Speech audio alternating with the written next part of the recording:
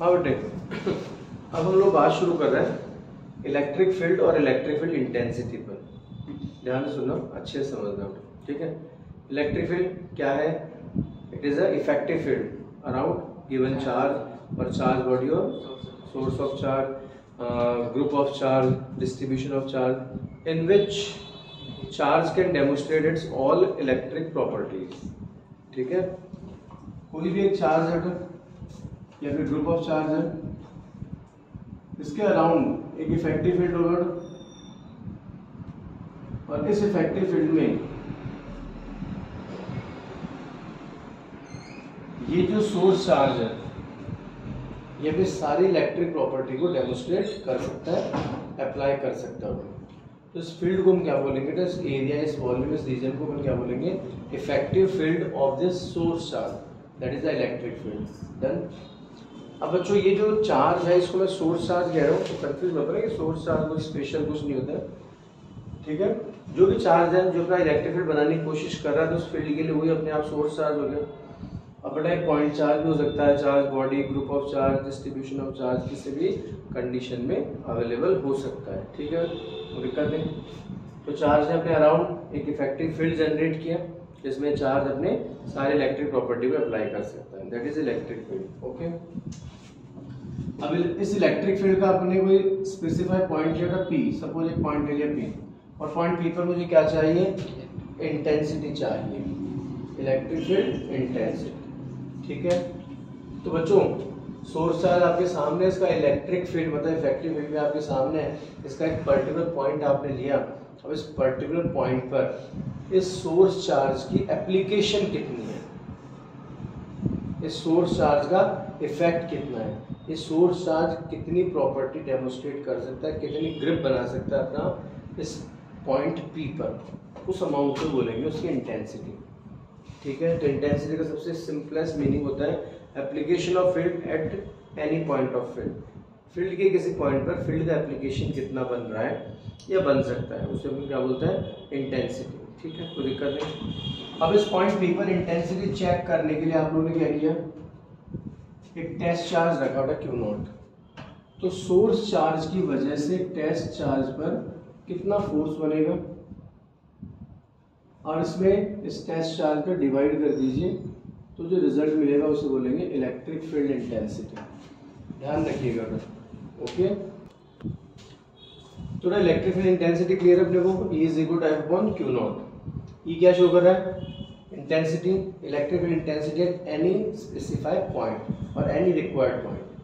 F क्या होता है? Electrostatic force experienced by test charge Q0 at that specified point due to source charge, और Q0 है test charge का magnitude, ठीक है, दिक्कत नहीं। टेस्ट चार्ज आपसे फेमिलियर है, कुछ नया तो नहीं है। Test charge is a negligible amount of charge in comparison of source charge और गिवन चार्ज। एब्सेंस और presence of test charge can not apply any variation in any electric property of source charge, ठीक है, दिक्कत नहीं है। Vector form में चाहे तो हम लोग वेक्टर फॉर्म में शो कर सकते हैं, मैनेज कर सकते हैं। इलेक्ट्रिक फील्ड इंटेंसिटी देखिए, सोर्स चार्ज है Q, स्मॉल r डिस्टेंस पर आपने पॉइंट ले लिया P, तो पॉइंट P पर electric field intensity KQ upon R square. Okay बेटा, KQ अपॉन R स्क्वायर। कोई समस्या? इन केस अगर ये जो सोर्स चार्ज और रिक्वायर्ड पॉइंट है P इस गैप में एयर और फ्री स्पेस में K को 1/4πε0 Q अपॉन R स्क्वायर दे सकते हैं, और अगर कोई अदर मीडियम है तो इसको 1/4πε कर देंगे, अभी जैसा आपने पढ़ा है रिलेशन वही रहेगा।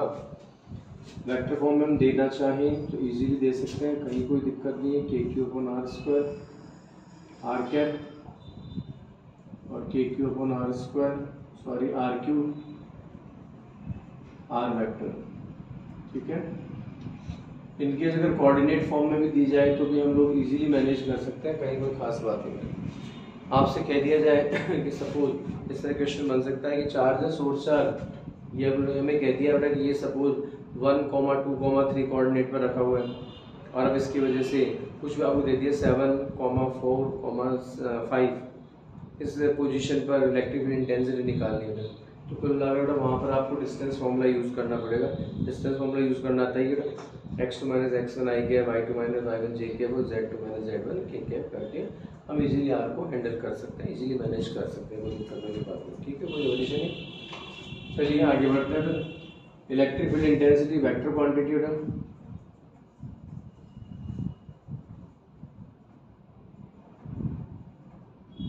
इसकी डायरेक्शन क्या होती है बेटा, +2 माइनस। अगर इंडिविजुअल पॉजिटिव चार्ज है तो परपेंडिकुलर आउटवर्ड, इंडिविजुअल पॉजिटिव है तो परपेंडिकुलर आउटवर्ड, और इंडिविजुअल नेगेटिव है तो परपेंडिकुलर इनवर्ड्स। याद रखिएगा। कोई समस्या, टेंशन नहीं बेटा? हाँ जी, ध्यान से सुनिएगा अच्छे से।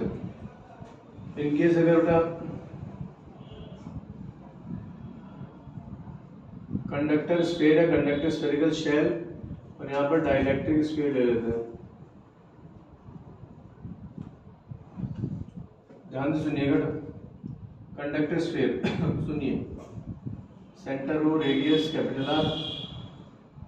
अगर कंडक्टर को आपने चार्ज दिया तो कहाँ रहेगा, आउटर मोस्ट सरफेस पर रहेगा। बेसिक चीज़ें तो बहुत बार सुन चुके हैं, सब चीज़ें आप लोग बहुत अच्छे से अब तो लर्न भी है तुम्हें। Dielectric sphere, centre rho, radius R. इस बार आपने जो चार्ज दिया पूरे वॉल्यूम में डिस्ट्रीब्यूट होगा, याद है ना? तो दिक्कत कोई परेशानी नहीं था। तो बेटे टारगेट है सेंटर पॉइंट ओ से स्मॉल आर डिस्टेंस पर एक पॉइंट है ना पी, ठीक है, और पॉइंट पी पर क्या चाहिए, electric field intensity. Point P अगर आउटसाइड है तो इसका मतलब distance small R is greater than capital R हो गया क्या? Distance small R of point P greater than radius capital R. तो पॉइंट पी कहाँ है, बॉडी के बाहर है, तो बॉडी के बाहर इलेक्ट्रिक फील्ड इंटेंसिटी ई आउट कितना हो जाएगा बेटा, K Q upon are square. हालांकि मैंने पोटेंशियल भी डिस्कस किया नहीं, लेकिन पोटेंशियल को हम लोग यही मैनेज कर दो तो दिक्कत नहीं आएगी ना, सही रहेगा। कहीं दोनों का कंपेयर कर लोगे। इसी आउटर लोकेशन पर अगर पोटेंशियल, इलेक्ट्रिक पोटेंशियल की बात हो जाए तो के क्यू अपॉन आर हो जाएगा बेटा, याद रखिएगा। ठीक है। डाइलेक्ट्रिक स्फीयर है, वही सेंटर ओ से स्मॉल आर डिस्टेंस है पॉइंट पी आउटसाइड है, तो बच्चों सेम रिजल्ट रहेगा। कंडीशन सेम है, small R greater than capital R, तो results as it is copy है, कोई चेंजेस नहीं है कंडक्टर और इंसुलेटर दोनों के लिए। इनकेस अगर पॉइंट पी सरफेस पर आ गया, पॉइंट पी अगर सरफेस पर आएगा तो distance small R radius capital R के इक्वल हो गया क्या? तो इलेक्ट्रिक फील्ड सरफेस पर कितना हो जाएगा बेटा, K Q upon capital R square, और पोटेंशियल सरफेस क्या होगा, K Q upon capital R. अगर डाइलेक्ट्रिक स्फीयर है तो उसके लिए भी सेम रिजल्ट रहेगा। There is no change, sorry.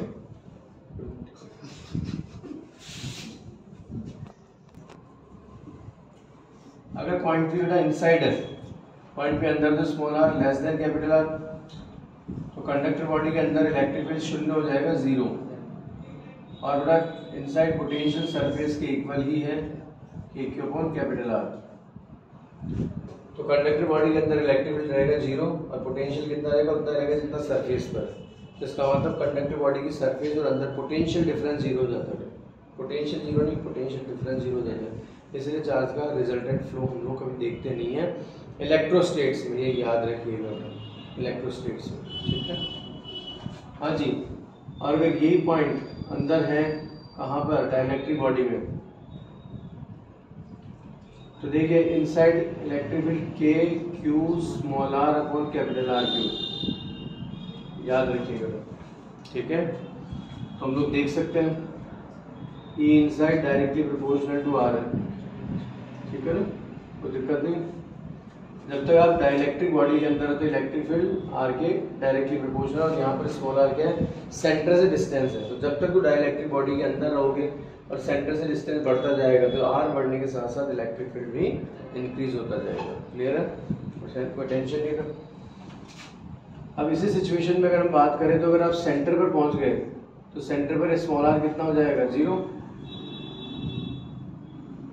तो सेंटर पर स्मॉल आर कितना है, 0, तो इलेक्ट्रिक फील्ड भी सेंटर पर 0 हो जाएगा, स्मॉल आर 0, 0 से मल्टीप्लाई 0, ठीक है।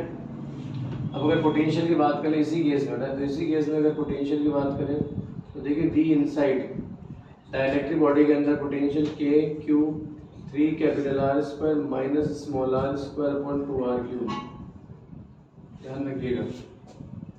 कंडक्टर बॉडी के अंदर पोटेंशियल सरफेस की इक्वल है कंडक्टर में, जो कि डाइलेक्ट्रिक के अंदर potential KQ 3 capital R square minus small r square upon 2r cube. Small r dielectric body के सेंटर से डिस्टेंस है, कैपिटल R रेडियस है, Q गिवन चार्ज है। अब अगर आप सेंटर पर पहुंच गए तो ध्यान देना, तो सेंटर पर स्मॉल r कितना हो गया 0, तो V इनसाइड को VC कर दो सेंटर, तो देख KQ small r 0 tension free, r square cube cancel, तो 3/2 KQ upon capital R, then 3/2 potential at surface. तो याद रखिएगा, मैंने पहले भी आपको याद थी बेसिक फॉर्मूला समझाया, बेसिक मैथमेटिकल वैल्यू समझाई थी। सरफेस पर अगर पोटेंशियल 100 वोल्ट है सरफेस पर, तो सेंटर पर पोटेंशियल कितना हो जाएगा 150 वोल्ट हो जाएगा, 3/2 इंटू V सरफेस। याद रखिएगा इस बात, ठीक है। इस पर बेस जिसके पहले ग्राफ भी बनते हैं, तो ग्राफ पर हम लोग बात करते हैं, ध्यान दीजिएगा। थोड़ा ये जो आपने रिजल्ट्स देखे हैं इनका ग्राफ भी हम लोग प्लॉट कर देते हैं, ठीक है। कंडक्टर स्फीयर के लिए पहले हम लोग बात कर रहे हैं। देखिए एक्स एक्सिस पर हमेशा इंडिपेंडेंट वैल्यू होती है, वाई पर डिपेंडेंट होती है। तो यहाँ अगर इलेक्ट्रिक फील्ड की बात करें तो ग्राफ बन रहा है इलेक्ट्रिक फील्ड और डिस्टेंस में। तो यहाँ पर स्मॉलर डिस्टेंस इंडिपेंडेंट है, बट अब कुछ भी हो सकती है, और इलेक्ट्रिक फील्ड इसके अकॉर्डिंग सेटल होगा। ये जो मैंने स्फेरिकल शेप बना रखी है ये सिर्फ सिंबॉलिकल है। सेंटर मैंने ओरिजिन ले लिया, इनकेस अगर आप लोग सरफेस पर आ गए थे तो उसके कॉरस्पॉन्डिंग पोजीशन मैंने ले लिया था सरफेस के लिए, small r equal to capital R। यहाँ पर आउटसाइड रहेगा small r greater than capital R, और यहाँ inside small r less than capital R, ठीक है। तो समस्या नहीं, कोई दिक्कत नहीं। अब आप सोचिए इलेक्ट्रिक फील्ड के लिए पहले बात कर रहे हैं कंडक्टर स्फीयर के लिए। तो जब तक आप कंडक्टर बॉडी के अंदर तो इलेक्ट्रिक फील्ड 0 बना हुआ है, कंडक्टर बॉडी के अंदर इलेक्ट्रिक फील्ड कैसा बना हुआ है 0। सरफेस पर कैसा रहेगा मैक्सिमम रहेगा बेटा। तो देखिए सरफेस पर हम लोगों ने इलेक्ट्रिक फील्ड लिया maximum, okay, small r equal to capital R, surface पर मैक्सिमम है। और अगर आप लोग आउटसाइड गए तो आउटसाइड जाने के बाद स्मॉल r इंक्रीजेस तो इलेक्ट्रिक फील्ड डिक्रीजेस, तो स्मॉल r इंक्रीज तो इलेक्ट्रिक फील्ड डिक्रीज। ये outside inversely proportional to r square, okay. यानी एक्सक्यूज, कोई दिक्कत नहीं। कंडक्टर स्फीयर के लिए बात हो रही है, चार्ज सरफेस पर है, यस, कोई दिक्कत, कोई टेंशन नहीं। अब अगर बेटा मैं इसी ग्राफ को इलेक्ट्रिक फील्ड के लिए डाइलेक्ट्रिक स्फीयर पर प्लॉट करूँ, डाइलेक्ट्रिक स्फीयर के लिए, तो देखिए बेटा डाइलेक्ट्रिक स्फीयर में क्या डिफरेंस आएगा, चार्ज कहाँ रहेगा पूरे वॉल्यूम में। आपको पता था कि आउटसाइड और सरफेस का बिहेवियर सेम है, इनसाइड चेंज होगा, और इनसाइड कैसा, E inside directly proportional to small r। जब आप सेंटर पर है तो इलेक्ट्रिक फील्ड स्ट्रिक्टली 0 है, तो सेंटर मतलब स्मॉल r 0, तो इलेक्ट्रिक फील्ड भी 0 है। और अगर बेटे हम लोग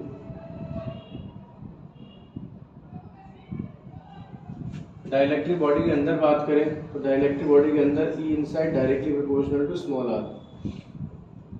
डाइलेक्ट्रिक बॉडी के अंदर इलेक्ट्रिक फील्ड डिस्टेंस r के डायरेक्टली प्रोपोर्शनल, तो small r increase electric field increase, थोड़ा ग्राफ अपने मैक्सिमम पर अप्रोच करेगा और उसके बाद डाउन जाएगा। तो ये इलेक्ट्रिक फील्ड का ग्राफ बन चुका था कंडक्टर के लिए भी और स्फीयर के लिए, डाइलेक्ट्रिक के लिए भी। कोई दिक्कत, कोई परेशानी, टेंशन नहीं। हाँ बेटे, अब हम लोग ना पोटेंशियल के लिए ग्राफ देखते हैं। तो सबसे पहले कंडक्टर बॉडी के लिए, तो कंडक्टर स्फीयर में चार्ज सरफेस पर है, और अब पोटेंशियल और डिस्टेंस के बीच में ग्राफ देखते हैं। जब तक आप कंडक्टर स्फीयर के लिए बात कर रहे हो तो इनसाइड इक्वल टू सरफेस, तो कंडक्टर बॉडी के अंदर पोटेंशियल और सरफेस का पोटेंशियल सेम है, इक्वल है।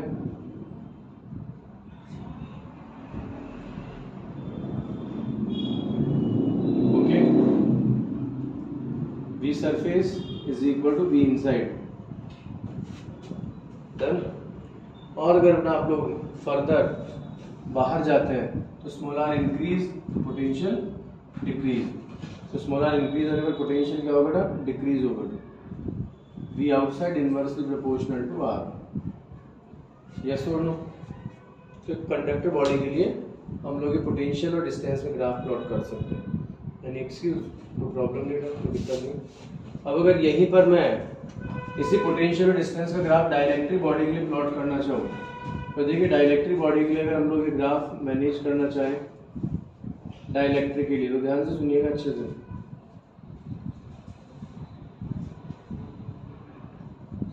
ये तो सरफेस के लिए बात होगी। अब डाइलेक्ट्रिक बॉडी के सेंटर पर पोटेंशियल कितना है सरफेस से 3/2 टाइम्स, ठीक है। तो सरफेस के कंपैरिजन में सेंटर पर पोटेंशियल 3/2 टाइम हो जाएगा, ध्यान रखना अच्छे से। तो V centre equal to 3/2 V surface. तो सरफेस पर अगर पोटेंशियल 100 वोल्ट है, ये 50 वोल्ट होगा जस्ट आप, तो देखिए ऊपर मैंने 50 वोल्ट और बना दिया, ध्यान रखना, ठीक है। तो V centre equal to 3/2 V surface, confirm, कोई दिक्कत नहीं। तो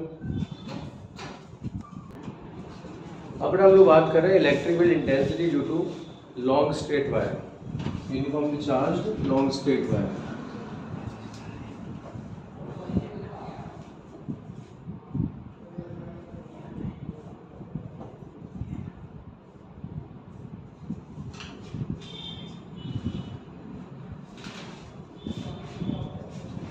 बेटे हम लोगों ने एक वायर लिया है, स्ट्रेट वायर है, long straight wire. Long straight wire होता है कंपैरेटिवली इनफाइनाइट लेंथ, ठीक है, यूनिफॉर्मली चार्ज्ड है, ठीक, तो दिक्कत नहीं। तो इस सिचुएशन में जो वायर है, वायर के लिए लीनियर चार्ज डेंसिटी कितना ले लिया, lambda. Linear charge density it means charge per unit length, linear charge density that is charge per unit length. कोई दिक्कत, कोई परेशानी नहीं था। तो वायर से अब हमें परपेंडिकुलर डिस्टेंस स्मॉल आर पर, वायर से परपेंडिकुलर डिस्टेंस स्मॉल आर पर एक पॉइंट लेना है और इस पॉइंट पर क्या चाहिए, इलेक्ट्रिक फील्ड इंटेंसिटी, ठीक है, कोई दिक्कत नहीं है। थोड़ा इस सिचुएशन में आप जानते हैं बेटा, या तो हम लोग गॉस लॉ एप्लीकेशन से यूज़ कर सकते हैं या फिर इसको लेंथ एलिमेंट में डिवाइड करके और फिर भी हम लोग यूज़ कर सकते हैं। डेरिवेशन अभी देना बेकार है, यूजलेस है। तो अगर इलेक्ट्रिक फील्ड की अगर हम बात करें तो इलेक्ट्रिक फील्ड का फॉर्मूला होगा 2k λ/r। कोई समस्या, कोई दिक्कत नहीं था। k को हम लोग 1/4πε0 λ/r दे सकते हैं बच्चों।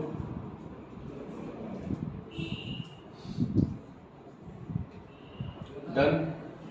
क्या कह सकते हैं, E inversely proportional to R। It means R increases the electric field decreases. Simple है, ग्राफ आप लोग इजीली नोट कर सकते हैं। इलेक्ट्रिक फील्ड और R के बीच में अगर हम लोग बात करें तो क्या हो जाएगा ना, ये इनवर्सली प्रोपोर्शनल आ जाएगा ना। और अगर कोई कहे कि इलेक्ट्रिक फील्ड और 1/r में ग्राफ बना तो स्ट्रेट लाइन आप बना सकते हो, नहीं बना सकते हो ना, कोई समस्या तो नहीं, कोई दिक्कत वाली बात नहीं दिमाग में। E directly proportional to 1/r and E inversely proportional to R, confirm. हाँ जी, ध्यान दीजिए। अगर इसी पर बेस्ड एक एग्जांपल हम लोग करें, आपको 2 लॉन्ग स्ट्रेट वायर दिए हुए हैं, 2 लॉन्ग स्ट्रेट वायर, ठीक है, और दोनों वायर एक दूसरे के परपेंडिकुलर है, okay. Wire number 1, wire number 2, जो फर्स्ट वायर है वो इस व्हाइट बोर्ड के परपेंडिकुलर इस तरह से रखा तो व्हाइट बोर्ड के परपेंडिकुलर, और सेकंड वायर व्हाइट बोर्ड के प्लेन में है, दोनों वायर एक दूसरे के परपेंडिकुलर है। दोनों में जो गैप है कितना है, स्मॉल है। फर्स्ट का लीनियर चार्ज डेंसिटी लैम्डा है, सेकंड का लीनियर चार्ज डेंसिटी लैम्डा 2 है, इसका लैम्डा 1 है, इसका लैम्डा 2 है, ठीक है। दिक्कत है। तो यहाँ हमें क्वेश्चन ये पूछा गया था कि जो दोनों वायर इनके बीच में इलेक्ट्रिक फोर्स कितना रहेगा जैसे किसी सेगमेंट पर, समझ गए, ये क्वेश्चन है। चलिए स्टार्ट कीजिए फटाफट। तो यहाँ पर ये दोनों वायर एक दूसरे के परपेंडिकुलर है। फर्स्ट वायर व्हाइट बोर्ड के परपेंडिकुलर है, सेकंड वायर व्हाइट बोर्ड के प्लेन में है। दोनों का जो लीनियर चार्ज डेंसिटी और लैम्डा 1 लैम्डा 2, दोनों में गैप कितना स्मॉल है।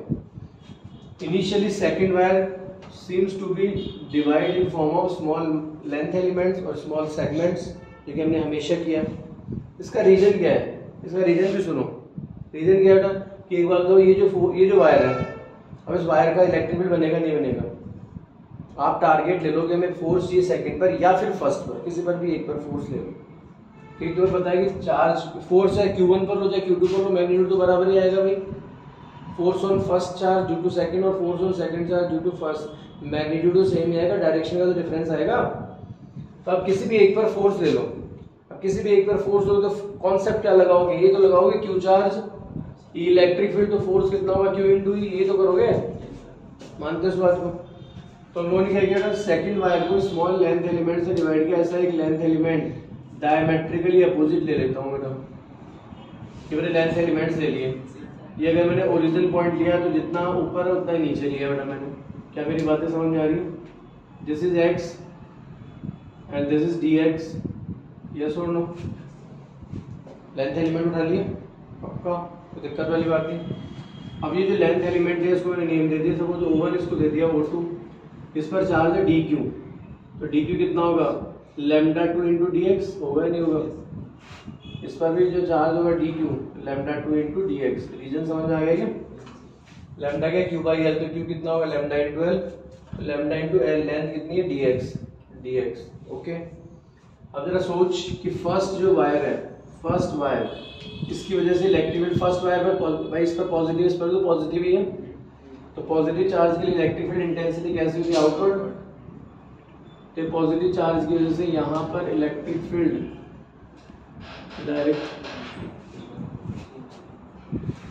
डायरेक्शन यही तो होगी।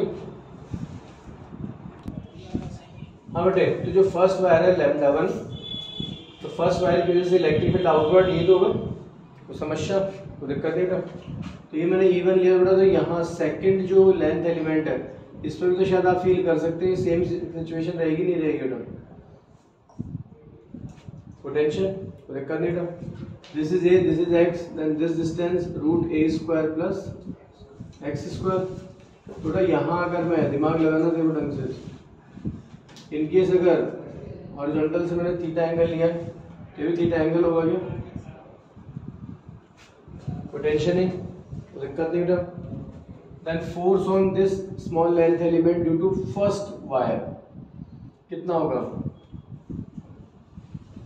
Force on O1, force on O1 due to first wire. तो फर्स्ट वायर की वजह से जो O1 लेंथ एलिमेंट है उस पर फोर्स कितना रहेगा, df1 कर सकते हो, कितना हो जाएगा फोर्स, Q इंटू ई। तो देखिए इस पर चार्ज कितना है, लैम्डा 2 dx होगा क्या, Q कितना हो गया लैम्डा 2 dx, और ई इलेक्ट्रिक फील्ड। तो स्ट्रेट वायर की वजह से इलेक्ट्रिक फील्ड का फॉर्मूला कितना होता है बताइए जरा, 2k lambda upon r, plus wire का लैम्डा कितना है लैम्डा 1, यस, और r डिस्टेंस, ये डिस्टेंस कितना हो जाएगा आपको दिखाई दे रहा है, डिस्टेंस रख दूं मैं डायरेक्ट, तो 2k लैम्डा 1 अपॉन r कितना आएगा रूट ए स्क्वायर प्लस एक्स स्क्वायर, ये सुन लो, ये df1 हो जाएगा। डन। अब आप शायद देख सकते हो ना कि ये जो पॉजिटिव चार्ज है इसको फोर्स बनाएगा df1। डन। तो यहाँ पर जो df2 बनेगा वो तो सेम रहेगा, तो df1 और df2 सेम आएगा नहीं आएगा तो बताइए बच्चों। वायर की वजह से जितना फोर्स O1 पर बनेगा उतना ही फोर्स O2 पर बनेगा, कंफर्म पक्का, एक्सक्यूज। तो df1 equal to df2, magnitude same, direction different, component divide करें। अब कंपोनेंट डिवाइडेशन में आपको पता है इनका जो साइन फैक्टर होगा df1 साइन, ये तो होगा इधर की तरफ, तो df1 साइन और df2 sine, magnitude same, direction opposite, cancel out हो जाएगा। तो क्या रहेगा बेटा, df1 cos theta and df2 cos theta. तो जितने भी हॉरिजॉन्टल कंपोनेंट्स है वो ऐड हो जाएंगे क्या। तो नेट फोर्स की अगर मैं बात करूँ, रिजल्टेंट फोर्स की बात करूँ तो क्या हो जाएगा, इंटीग्रेशन ऑफ df cos थीटा। कंफर्म, यस नो, कोई एक्सक्यूज। अब थोड़ा डायरेक्टली वैल्यू रखिए, df कितना है 2k lambda 1 lambda 2 dx, 2k lambda 1 lambda 2 dx upon root ए square plus x square cos theta. Cos theta कितना होगा ऑर्डर, बेस अपॉन हाइपोटेनियस। तो इसमें देखिए बेस कितना है और हाइपोटेनियस आपको दिखाई दे रहा है, बेस अपॉन हाइपोटेनियस।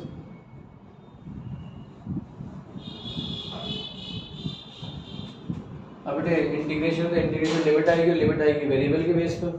यस, और वेरिएबल कौन है? एक्स। लेंथ एलिमेंट को अगर बेटा मैंने पॉइंट ऊपर ले लिया तो एक्स क्या हो जाएगा? 0। एक्सट्रीम अप साइड लेकर तो क्या होगा? Plus infinite. तो extreme down side minus infinite. The next varies from minus infinite to plus infinite. No tension. f is equal to 2k lambda 1 lambda 2 a. Okay, integration dx upon a square plus x square. Okay, any excuse? Hello, कोई दिक्कत? पक्का? अब बेटे यहाँ पर हम लोग कुछ एजम्पशन कर सकते हैं।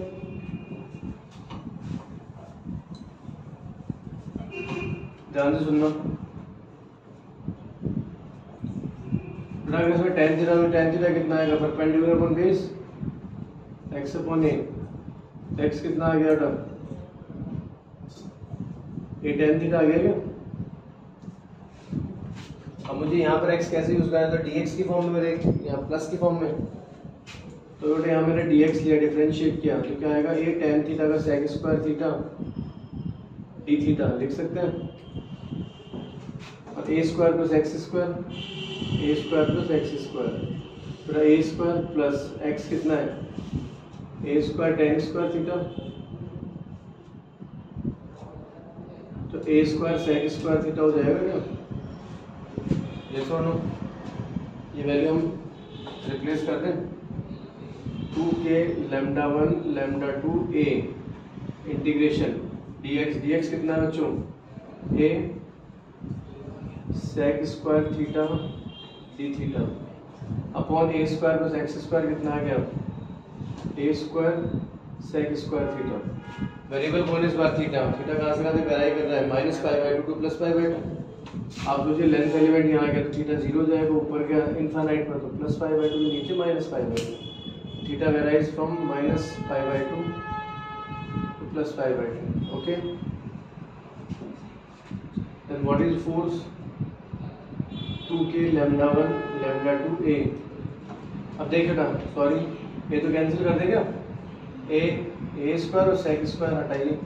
d थीटा कितना आ गया? Theta lower upper f equal to 2। k को हम चाहें तो 1/4πε0 लिख सकते हो। k को lambda 1 lambda 2 और अब π/2 और -π/2 तो ऐड होगी पाई रह जाएगा, तो पाई कैंसिल करें, 2 से 4 कैंसिल करें, एंड फोर्स कितना रहा? lambda 1 lambda 2/2ε0। This is the answer. Mind set को दिक्कत परेशानी?